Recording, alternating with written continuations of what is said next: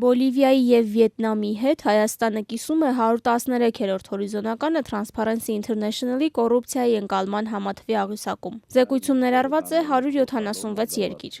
Նախորդ տարվա համեմատ 2016-ին մեր երկիրը 18 հորիզոնականով հետընթաց է արձանագրել։ Աղյուսակը կազմելու սկզբունքը հետևյալն է. Transparency-ի փորձագետները համադրում են տարբեր կազմակերպությունների հետազոտություններն ու գնահատականները և ըստ դրա միավորներ տալիս պետություններին։ Որքան շատ են երկրի միավորներն, այնքան ցածր է երկրի կոռումպացվածության աստիճանը։ Թեև Հայաստանի հետընթացը 18 հորիզոնական է, սակայն կորցրած միավորները 4-ն են։ Նախորդ տարիների 37-ի փոխարեն հիմա ունենք 33 միավոր։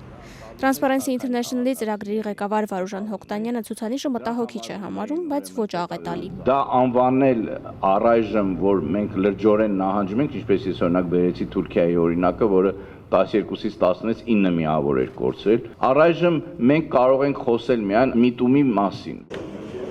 Ոչ նախորդ վարչապետ Հովիկ Աբրահամյանի, ոչ Կարեն Կարապետյանի օրոք Հայաստանը փաստորեն կոռուպցիայի դեմ պայքարի առումով ըստ Transparency ուսումնասիրության հաջողության չի հասել։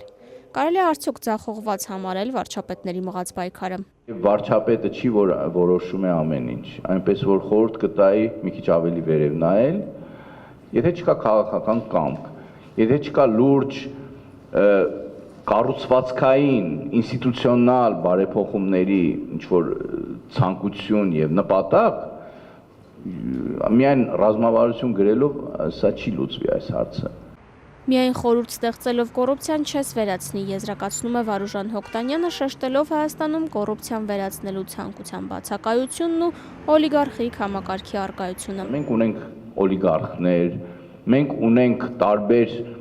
ազդեցիկ գործարարներ, մեղմ ասած, որոնք կառավարության որոշումների վրա իսկապես ազդում են։ Այն ինչ կոչվում է պետության զավթում, դա երբ որ այդ ազդեցիկ ֆինանսատնտեսական խմբերը սկսում են թելադրել իշխանություններին իրենց քաղաքականությունը, նույնպես բերում է այսպիսի պատկերի։ Տարածաշրջանում լավագույնը Վրաստանի ցուցանիշն է 44-րդ հորիզոնական։ Թուրքիան չնայած արձանագրած անկմանը Հայաստանից լավ վիճակում է 75-րդ հորիզոնական։ Թռիչքային է Բելարուսի հաջողությունը 79-րդ տեղ։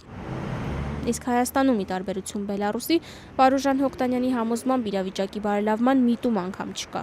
Փորձագետն ընդգծում է 2016-ի աղյուսակում ավելացվել է ցուցանիշը հաշվարկելու նոր բաղադրիչ, որը Հայաստանում բավականին ցածր է։ Կարևոր ուսումնասիրությունը, որ արվել է,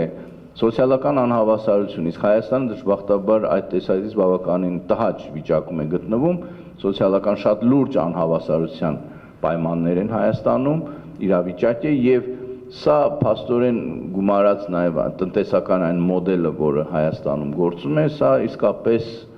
կոռուպցիայի